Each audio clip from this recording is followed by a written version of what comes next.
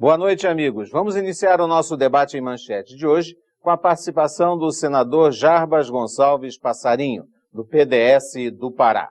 Estão conosco também o jornalista Carlos Chagas, que é o diretor da Rede Manchete em Brasília, e o jornalista José Fonseca Filho, chefe de redação da revista Manchete na capital da República. Senador, e a inflação? Já andam falando aí que em fevereiro vai a quase 70%. O senhor acha possível conter essa inflação? Em primeiro lugar, eu acho que esses vendedores do apocalipse deviam ter um pouco mais de tranquilidade, porque também já admitiram que nós teríamos chegado a dezembro com 70%. É evidente que nós estamos em pleno processo de hiperinflação. Inventa-se que apenas é superinflação, é hiperinflação. Mas a possibilidade de vencer a inflação me parece perfeitamente compatível com medidas de coragem que o governo deva tomar. Eu lembro o episódio do presidente Castelo Branco. Quando o presidente chegou ao poder, a expectativa de inflação era de 144% ao ano. Mas com uma diferença muito grande, não havia correção monetária. De maneira que uma inflação de 144% ao ano seria a destruição completa do salário. E em 64 se conseguiu baixar isso para menos de 90%, em 65 para 45% e assim veio caindo a inflação. De maneira que o preço a pagar é que talvez seja um preço social, que se deve levar em consideração. Ministro, em 64 a inflação caiu realmente, o senhor tem toda a razão, por força do achatamento salarial. Os salários pagaram a queda da inflação. É isso que o senhor está prevendo agora? Não, não foi só o achatamento salarial. Houve, eu concordo com você, tanto que quando eu cheguei a ministro do Trabalho, nós alteramos isso. Você deve estar lembrado que a primeira modificação que foi feita na lei salarial foi comigo, ministro do Trabalho do Costa Silva. Realmente é preciso considerar uma questão que me parece que qualquer um de nós, mesmo leigos em economia, concordará. Se o salário for acima daquilo que a pessoa produz, ela evidentemente, o salário é uma fonte de inflação. Agora, admitir que a inflação deve ser combatida com a redução do salário, isso aí é nefasto, é doloroso, é cruel. Mas não era... o ex-ministro Mário Henrique Simons está falando num redutor. Evidentemente que o redutor não pegaria apenas os salários, claro, sobretudo da camada mais humilde. O que o senhor entende que seja esse redutor? Bem, o redutor, pelo que eu estou interpretando, seria aquilo que essas câmaras desejaram fazer, por exemplo, 90% da inflação. Então, o aumento seria 90% da inflação. Ficaria 10% como redutor. É preciso considerar, com relação à pergunta do Chagas, que quando o presidente Castelo assumiu, e foi seu ministro principal nessa questão, hoje o senador Roberto Campos, a contribuição do salário para a renda nacional era uma contribuição acima de 60%. Hoje o salário contribui com 38%. Mas que é preciso também levar em consideração isso, não vai ser achatando o salário que se vai resolver esse problema. Vai ser, evidentemente, não dando o salário acima da produtividade, mas também não fazendo disso a medida fundamental, porque não resultará positivamente. Então, acho que, em grande parte, esse redutor que se aplique sobre o rendimento de capital, que no Brasil é importante, tem mais expressão do que uma política salarial voltada para o combate à inflação. Note a própria necessidade que o governo encontra, em medidas heterodoxas, ortodoxas, de impedir que a inflação aumente, resumem-se, em parte, no aumento também substancial dos juros, não é? Para evitar que haja grande quantidade de dinheiro no mercado. Bem, isso aumentou a dívida interna brasileira brutalmente, dá grandes lucros a determinados setores da economia brasileira, e aí é que eu acredito que tenha cabimento esse redutor. Senador, será que o senhor se refere então a uma espécie de achatamento dos lucros e da especulação financeira, coisa que pouco foi feito, se é que foi feito nesse país ao longo de tantas lutas anti-inflacionárias? A pergunta é boa e as pessoas... Aquela história, você tem medo do diabo, não é porque ele seja diabo, é sempre porque ele é velho, né? Então é a questão da experiência. Eu me lembro que muito jovem, muito garoto, o doutor Getúlio Vargas se associou aos lucros exorbitantes. Não sei se se lembram disso. Ele fez uma taxação sobre lucros que eram considerados excessivos, etc. O lucro é evidentemente fundamental em qualquer regime de economia privada, porque a melhor definição que eu vi ultimamente de lucro é o seguinte: lucro é o investimento de amanhã e o oferecimento de novos empregos depois da manhã. Então é preciso que haja, se o lucro for reinvestido, ele é altamente desejável.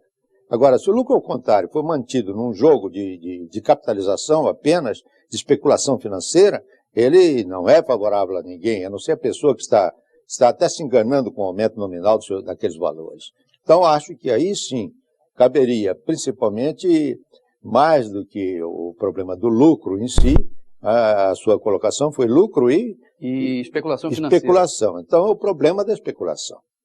Esse que deveria ser diminuído, porque nós melhoramos, por exemplo, no período dos presidentes militares. Eu me lembro de uma declaração do Dr. Dornelles, quando foi diretor da Receita Federal, que mostrava que o imposto de renda, que passou a ser o principal, que antes era o ICM, depois o imposto de renda sobrelevou, o imposto de renda passou a ter maior participação na sua composição de taxação sobre capital do que taxação sobre salário. Ministro, sobre imposto de renda, o senhor acha que salário deve pagar imposto de renda? Salário é renda, ministro? Pois é, essa é uma boa pergunta, porque salário realmente ser confundido com renda, como se fosse a razão fundamental para ser o parâmetro para pagamento de imposto, ele produz injustiças graves. Uma vez eu conversava com o ministro Simas, quando ainda era meu auxiliar, e um grande auxiliar no Ministério da Educação, e eu fiz essa pergunta para ele. E ele me disse, só haveria uma solução de evitar isso. Era, em vez de fazer o imposto de renda sobre os salários, fazer o imposto de renda sobre o patrimônio.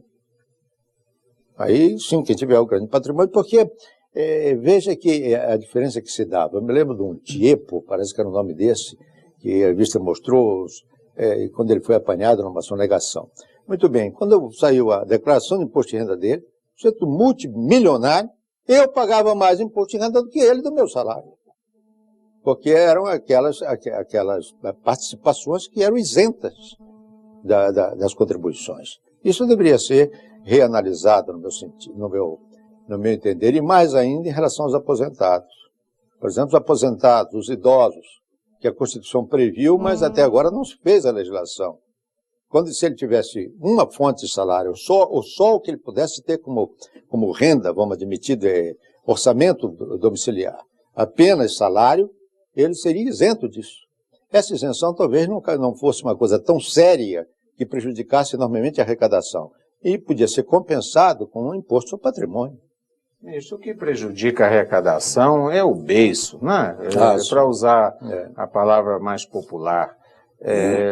Nós, os assalariados, não temos saída, né? O sujeito é descontado ali na fonte, tem mensalão e depois tem o anual, o progressivo, é um negócio brabo. Agora, o senhor falou em ICM, agora é o ICMS. O que há de economia invisível aí é uma festa, não é? E o que poderia ser feito em relação a isso? Olha, primeira parte do seu comentário, sem citar nomes, que aí não adianta nome, não interessa o nome. Eu comentava com um colega meu do Senado, há alguns anos passados. Ele era um pecuarista, um grande agricultor, etc. E eu pagava mais imposto de renda do que ele. Então, quando você fala aí o beiço, a sonegação, quer dizer, quando passei pelo Ministério da Previdência, no fim do governo do presidente Figueiredo, eu verifiquei, por exemplo, que o sistema rural, ele era mantido pelo sistema urbano, em grande parte. Quer dizer, a empresa urbana pagava 21% da sua folha de salário para a Previdência Social, 2,4% eram para a empresa rural. A empresa urbana sustentando a empresa rural. Por quê? Na empresa rural, só o produtor rural pagava, porque o trabalhador não pagava, claro. E o produtor rural que pagava era a cooperativa, porque fora disso o pessoal que vendia direto na porteira das suas fazendas não paga imposto. Dificilmente vai ficar ali fazendo nota fiscal ou coisa semelhante. Mas se faz por muito menos, né? Muito menos. Então, o problema é esse da economia invisível, que não tem nada de invisível. Ela é ostensiva até, ela não é formal. Tá?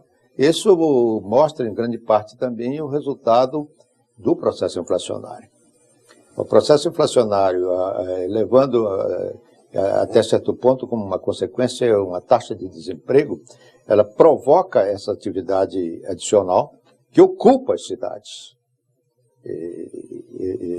Qualquer um de nós que visita hoje as cidades, que antigamente nós estávamos acostumados a vê-la com as ruas limpas, abertas e tal, São Paulo, Rio de Janeiro, Brasília, ocupado completamente pelos vendedores ambulantes, que precisam viver, mas que era preciso haver também uma regularização dessa profissão, de maneira a que também até não fossem eles explorados, como dizem que alguns são. A maioria até. Ou a maioria até. Em boa parte são as empresas, as próprias lojas, que colocam as barraquinhas lá com seus camelôs, isso não há dúvida. Quando eu falei no explorado, eu estava pensando nisso que você explicitou. Algumas pessoas dizem isso até frente, por exemplo, uma sapataria, fica o ambulante vendendo sapato que é de sapataria, com uma forma de fugir do ICMS. Senador, será também que essas pessoas estão inventando essa nova atividade para fugir do salário, porque o salário é pouco, não remunera bem e a carga de impostos é muito grande, então ele tem que sair da economia formal e tentar sobreviver informalmente? E como eu falava ainda há pouco na resposta ao Arnaldo, ainda recentemente uma publicação muito lida no Brasil mostrou o caso de como a classe média está se defendendo. Então aparece exatamente isso, a pergunta que você faz. O dono da casa, que hoje não é mais o cabeça, porque a Constituição acabou com isso, não é? Então o marido ganhando o ex-dono da casa. Então, o marido, como tinha um vencimento como funcionário público, aquilo cada vez se deprecia mais com o processo inflacionário. E a mulher, então, começou a vender, fabricar ela mesma, em sistema artesanal, roupas para vender. E dentro de pouco tempo, ela está ganhando mais que o marido e não paga imposto nenhum. Então, a sua pergunta é perfeita. É uma variação ou uma variante que se faz do processo como forma de sobrevida.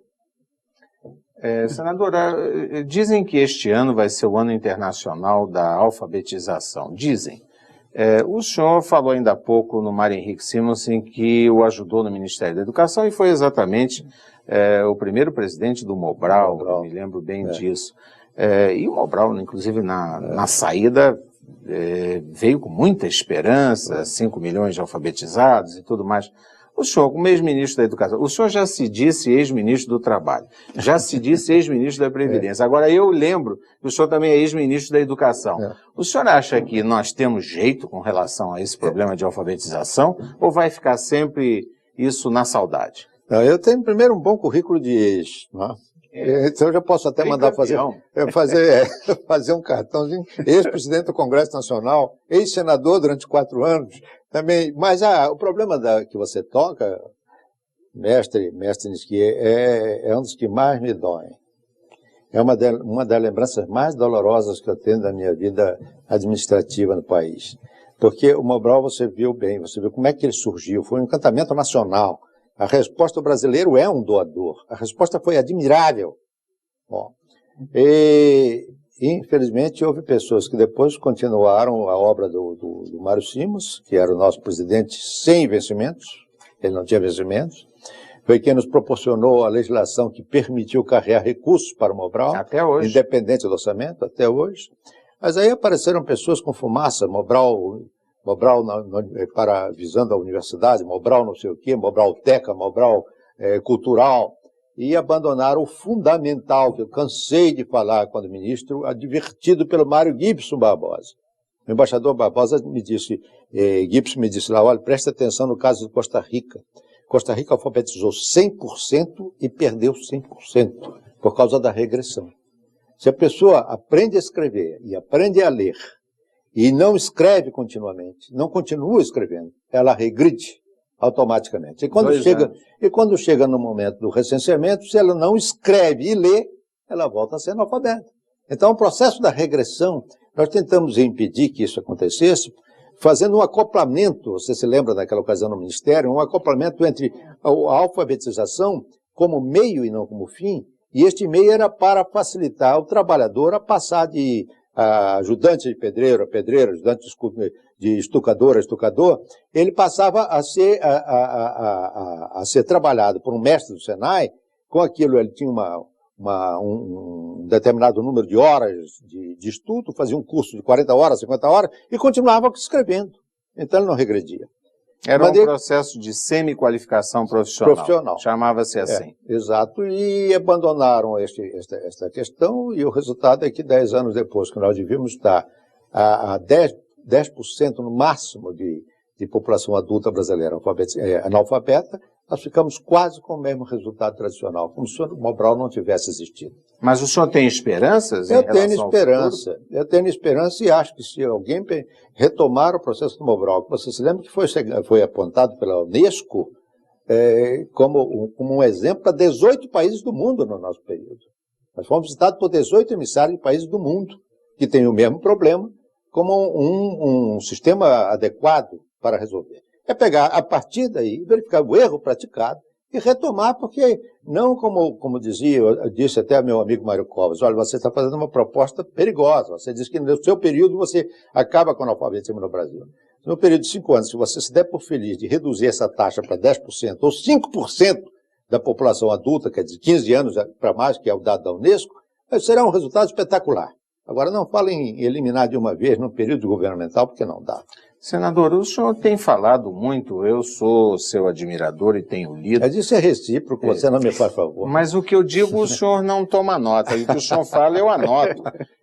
Sobre democracia burguesa, o senhor acha que talvez nós estejamos vivendo as últimas oportunidades de sustentar uma democracia burguesa? Nós vamos falar sobre isso dentro de instantes aqui no nosso debate em manchete.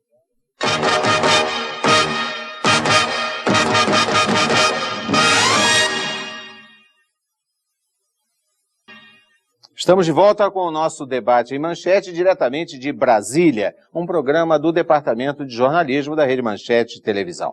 Senador Jarbas Passarinho, o senhor tem falado muito sobre democracia burguesa e que nós estaríamos vivendo a última chance de tê-la ainda, vamos dizer assim, efetivamente. O senhor podia explicar o que é isso? Sim, isso aí passa um pouco por doutrina social contemporânea, né? Mas, na verdade, nós temos o que os marxistas criticavam, e parece que ainda criticam, apesar de todo o fracasso deles no leste europeu. Eu disse que eu admiro muito os pós-marxistas. Os pós-marxistas eu gosto de conversar com eles, mas o que criticavam com grande razão há alguns anos era a grande diferença que há entre uma democracia formal e uma democracia real. Então, nós colocamos nas constituições coisas muito boas para o povo brasileiro durante muito tempo. Mas aquilo era inacessível. Não passava de uma declaração de intenção, não se realizava. Chama-se, portanto, de democracia burguesa aquela democracia representativa que substituiu a democracia direta do tipo de Atenas, que não tinha mais cabimento, e que passou a ser recriada na Inglaterra a partir da representação pelo voto. O povo, em vez de decidir na praça pública, a praça pública se tornou pequena para as populações, o povo, então, vota num representante que, por seu turno, representa dentro de um congresso. Ora, isso é a característica exata da democracia burguesa. Essa democracia que foi destruída a partir de 1917 pela grande Revolução Bolchevista.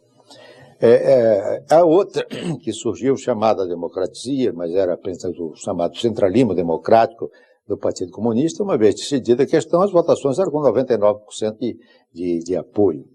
Esta durou até agora 72 anos na União Soviética, mais de 40 nos países satélites que estão se libertando agora, de maneira que com isso nós caminhamos para que no passado alguém com muita visão e sem ter tido crédito, falou numa chamada teoria da convergência.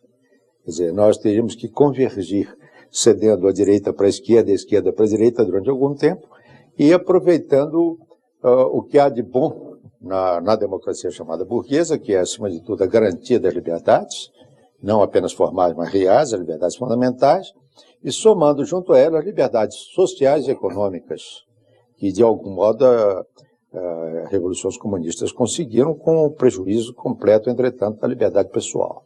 Ora, então, nós estamos hoje com um partido que cresceu no Brasil, que é o Partido dos Trabalhadores, com uma formação marxista. Segundo a frase sempre irônica do meu querido colega de partido, o ministro Delfim Neto, o PT não se deu conta de que é o último partido comunista no mundo.